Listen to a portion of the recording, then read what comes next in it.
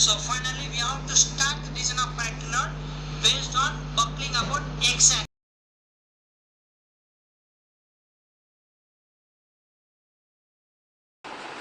Hi everyone, this is Dr. G. Maruti Prasad Yadav. This session is all about design of connecting rod. Let's start this session. Let us start with first point, that is a shank portion or cross section of shank of connecting rod.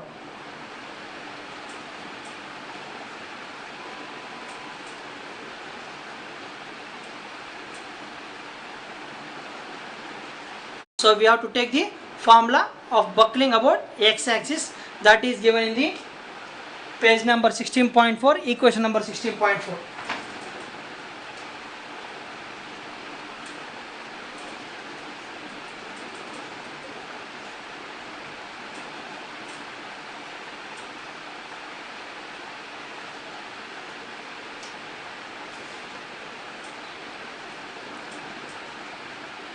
So this is what it is given. The buckling load about any axis is equals to sigma c into A plus 1 plus small a into capital L by K whole square, where here sigma c is equal to allowable compressive stress in Newton per mm square. A is the cross section area.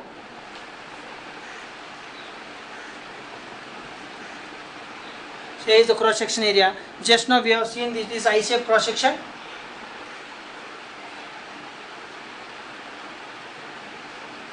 This is T. So therefore area is equals to area of this rectangle plus area of this rectangle plus area of this rectangle. This is T into 4T, so 4T square. This is T into 3T, 3T square. This is T into 4T, 4T square. So total 4T square plus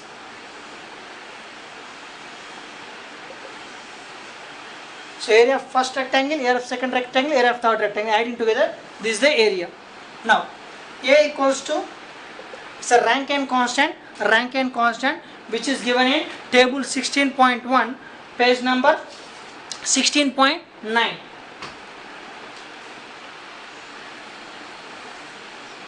So this is equals to 1 by 9000 for wrought iron,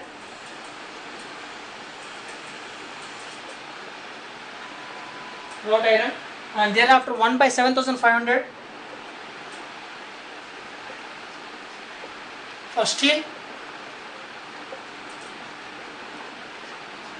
and 1 by 1600 for cast iron.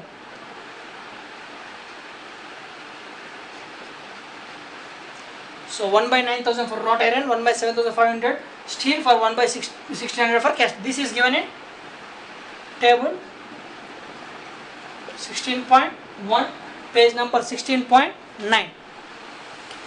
And whereas L equals to is equal length of column. So now we are considering only buckling about x-axis, therefore L is equal to small l. So it is given in the table itself, the same table. You can see the same table. It is radius of gyration. It is already given in the data book also. We can refer the same page number 16.8. Somewhere you can find out the radius of gyration also, it is given. If you want, I will explain it here. So K is equal to moment of inertia I is equal to AK square. K is equal to square root of I by A. So whereas just now we have seen moment of inertia about x-axis, just now we derived that it is equals to 419 T power 4 by 12, where area is just now we have seen 11 T square. So this is the radius of gyration. Totally it becomes 419 by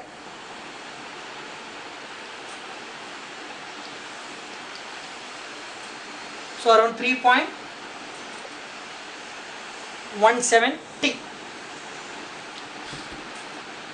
This is the value of radius of gyration.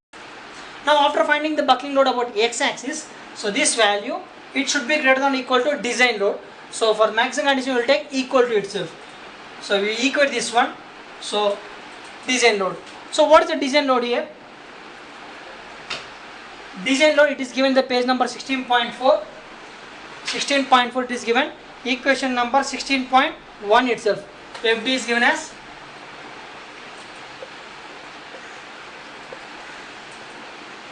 F suffix g, capital F suffix g into small f suffix s, whereas this is gas load, and here, so this is given in the page number 16.4, equation number 16.1.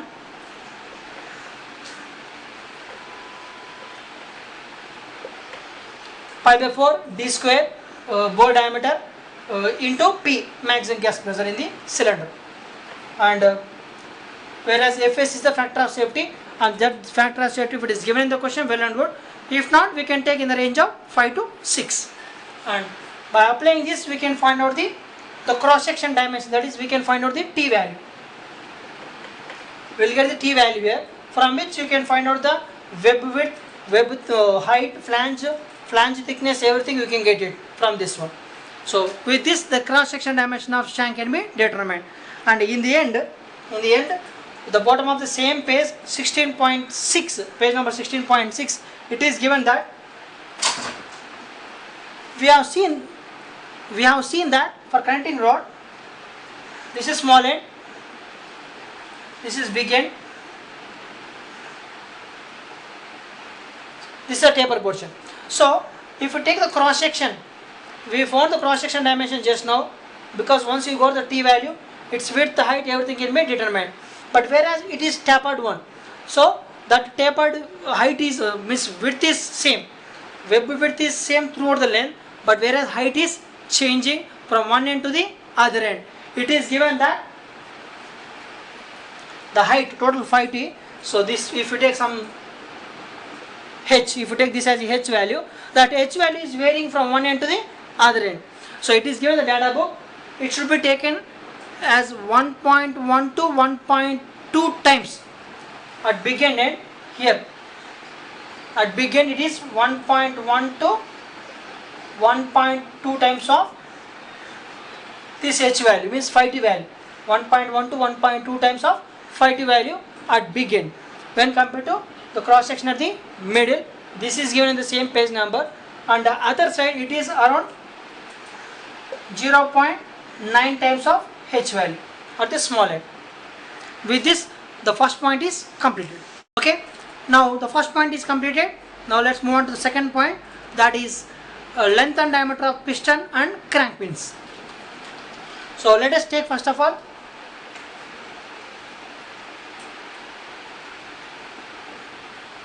L1, D1. This is the length and diameter of piston pin. L2, D2 is the diameter of crank pin. So already we discussed, we know that the piston pin is also under action of the same load whatever is acting on the piston. So piston pin will be like this. So piston pin is like this, the load is acting in this direction because of the same load on the piston. This piston pin results in crushing like this. So because of this crushing, if this is the diameter, this is the length, it results in development of bearing pressure in this pin. So therefore bearing pressure is equal to force by area. Area is equal to, area under crushing is this diameter into this length, because it results in crushing like this.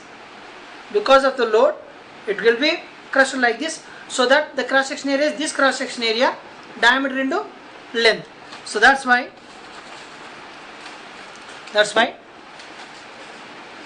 bearing pressure, if you take PB1, it is the allowable bearing pressure of piston pin, then that is equals to force by area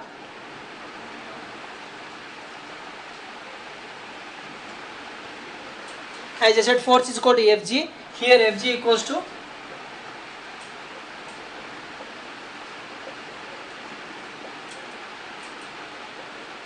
the maximum gas force, that is a pi by 4 d square into pressure developed in the chamber. So that force by area is equal to, just now I explained that bearing pressure. So therefore the area is under, which is equals to this diameter into this length. So like this, from which you will get, from this you will get d1 equals to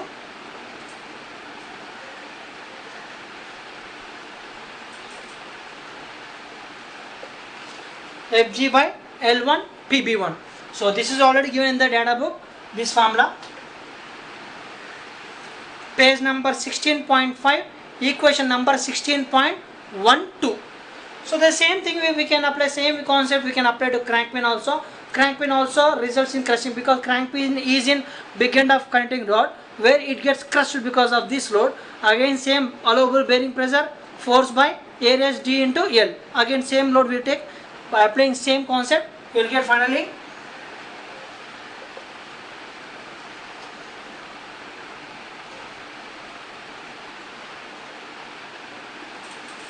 so this is the formula to find the diameter of crank pin.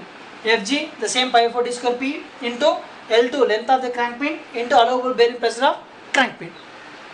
And this formula it is given in the data book page number 16.6 equation number 16.13. And here allowable bearing pressure for piston pin it is given as 12.5 Newton per mm square.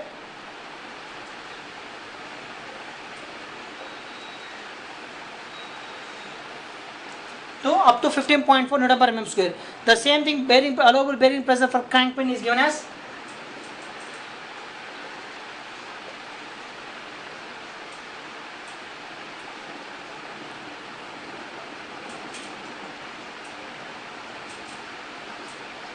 so even these are also given in the same page number 16.6 in the data book. And whereas L1 is equals to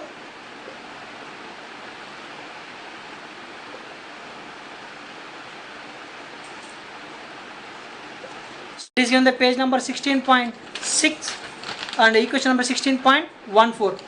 And whereas length of the crank pin is given as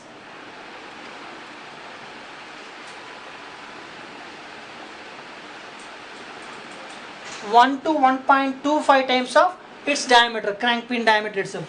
Length of L2 is equals to 1 to 1.25 times of crank pin diameter, and it is given in the equation number 16.15, the same page number 16.6. After completion of length and diameter of piston crank pins, also we can find out the inner and outer diameter of small end of connecting rod, inner and outer diameter of big end of connecting rod. So already these formulas are also given in the data book itself.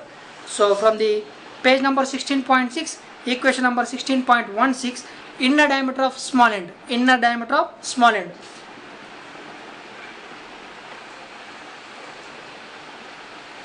Inner diameter of small end, capital D suffix is, inner diameter of small end is equals to, so this is the inner diameter of small end, it is like this, in which piston pin is inserted. So obviously this inner diameter is equals to piston pin diameter itself, that's why it is equals to small d1.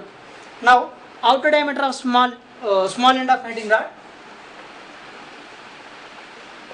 so this is capital D suffix OS, it is given in the page number 16.6, equation number 16.17, that is equals to small d1 2 times of small t suffix b 2 times of small t suffix m. Why it is means this is bush thickness, this is a marginal thickness. So this is a small end, so directly pin is not inserted, in which bush is placed first, then piston pin is inserted through the bush of small end. So that's why thickness on both sides. This is the diameter of piston pin and thickness. If this is the bush, if this is the small end, this is the piston pin, then thickness of bush on either side, and then we can get the outer diameter with marginal thickness also. So here T suffix B is the bush thickness, T suffix M is the marginal thickness, and this T suffix B is given as 2 to 5 mm, whereas marginal thickness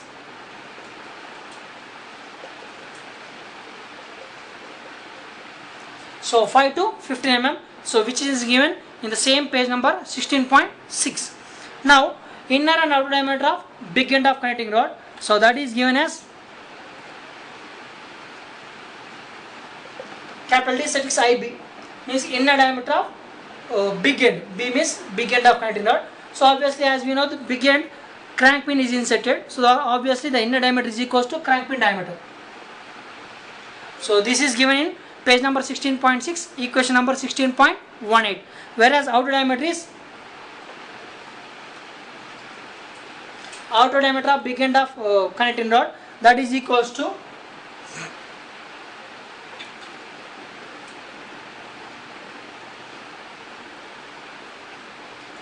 now first point is completed, the shank cross section.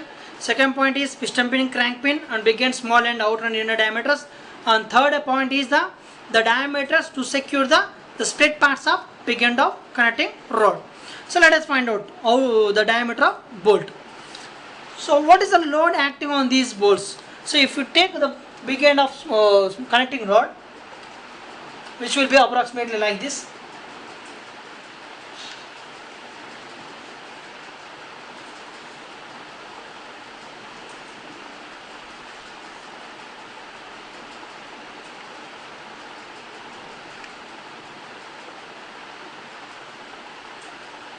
So it will be like this.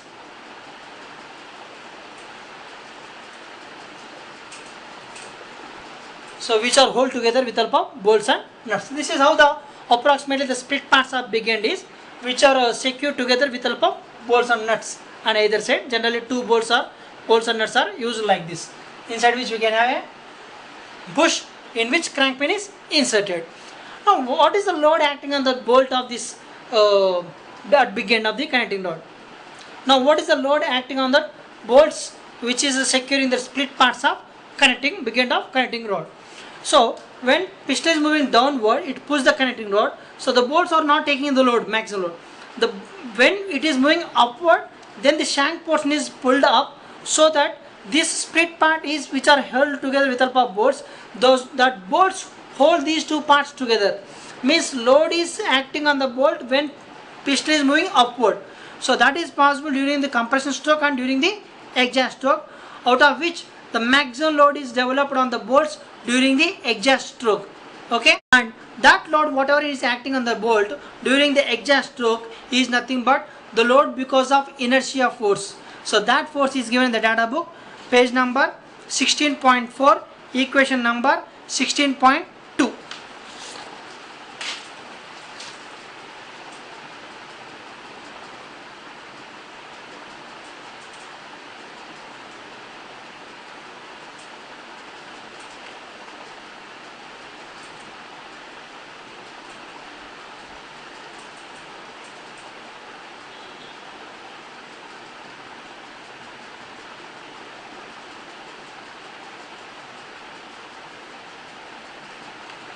So this is the formula given in the page number 16.4, equation number 16.2. This is the force due to inertia of reciprocating parts. That is weight of reciprocating parts, and thereafter acceleration due to gravity. This is in kgs, and thereafter omega square angular velocity of the crank, and thereafter this is the radius of the crank, and cos theta. Theta is the angle of the crank with respect to bottom dead center, and cos of 2 theta by L by R, where L is the length of the connecting rod. This is the force acting due to inertia of reciprocating parts, and this will be maximum at the end of exhaust stroke, during which theta equals to 0. So this is maximum during the at the end of the exhaust stroke, where theta equals to 0. Substituting theta equals to 0, we can get the maximum inertia force, which is also given in the data book itself, page number 16.10. 16.5, given the 16.5 page, equation number 16.10. That is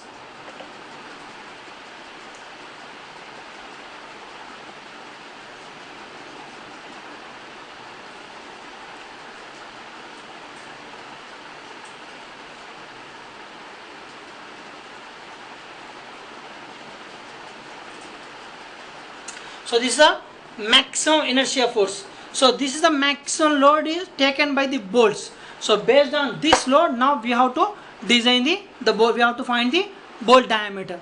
So obviously the load is acting like this because it is pushing upward. I have drawn connecting rod in this direction. Actually it is like this. When it is moving upward, it is pulled.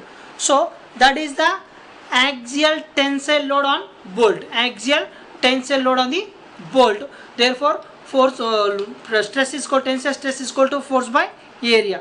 So from this we can get it.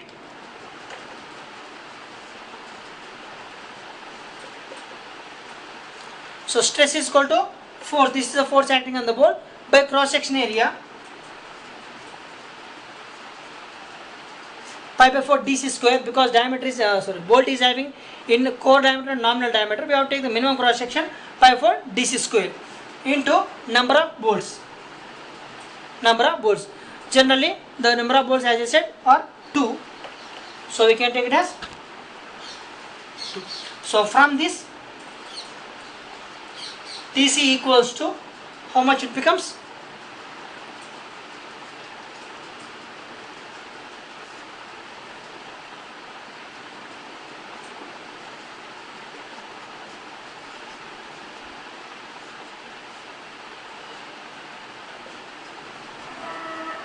Two into maximum inertia force by divided by pi into sigma t. It is a allowable tensile stress of bolt material. Allowable tensile stress of bolt material in Newton per mm square.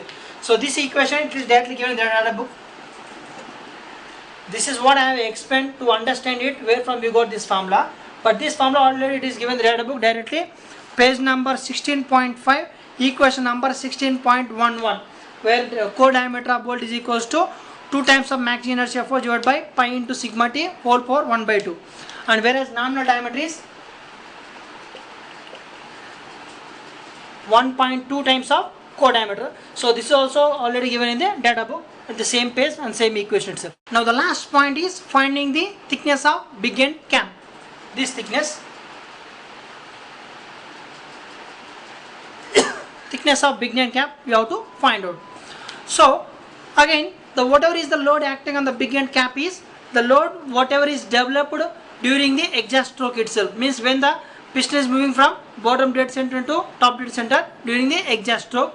Again the maximum load takes place in the end of exhaust stroke, which is F suffix IM.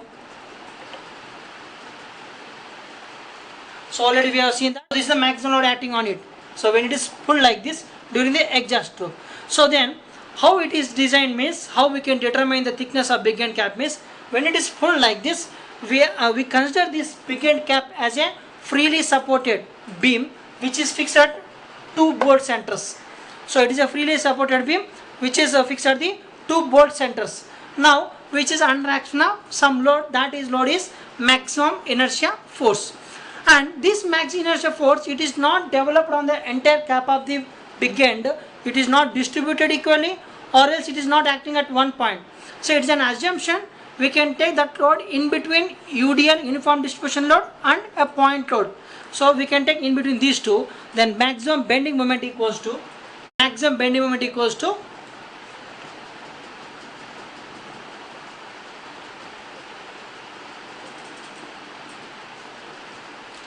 load into the length of beam by 6.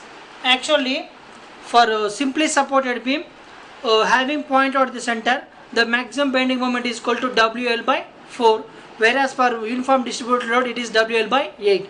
Now we assume that load is in between UDL and point load, so that's why we take in between here WL by 6, where W is, this is the load acting on that cap, and L is the length of the beam from this center to this center, from here to here,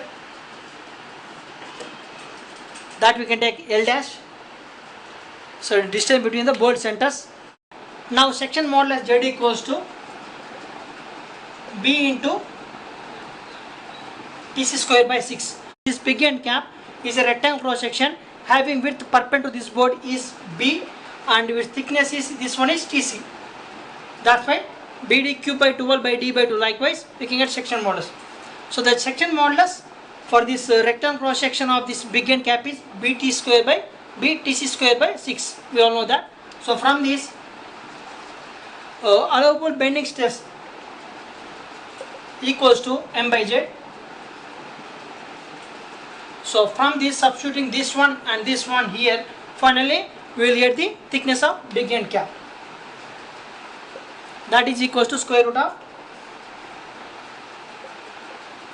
F suffix IM but into L dash divided by B into allowed bending stress of bearing big end cap, maximum inertia force. This is the distance between bolt centers. B is the width of big end cap, that is perpendicular to this board. Allowable bending stress of big end cap. and this L dash is given as D2, that is a crank pin, because crank pin is inserted into this crank pin, plus 2 times of bush thickness, 2 times of marginal thickness, plus nominal diameter of bolt, because here half diameter, here half diameter will consider, and whereas B equals to crank pin length minus 2 times of bush thickness. So this entire formula, it is given in the data book itself, page number 16.6, equation number 16.21. So from which you will get the thickness of big end cap. So this is all about design of connecting rod. Thank you for watching.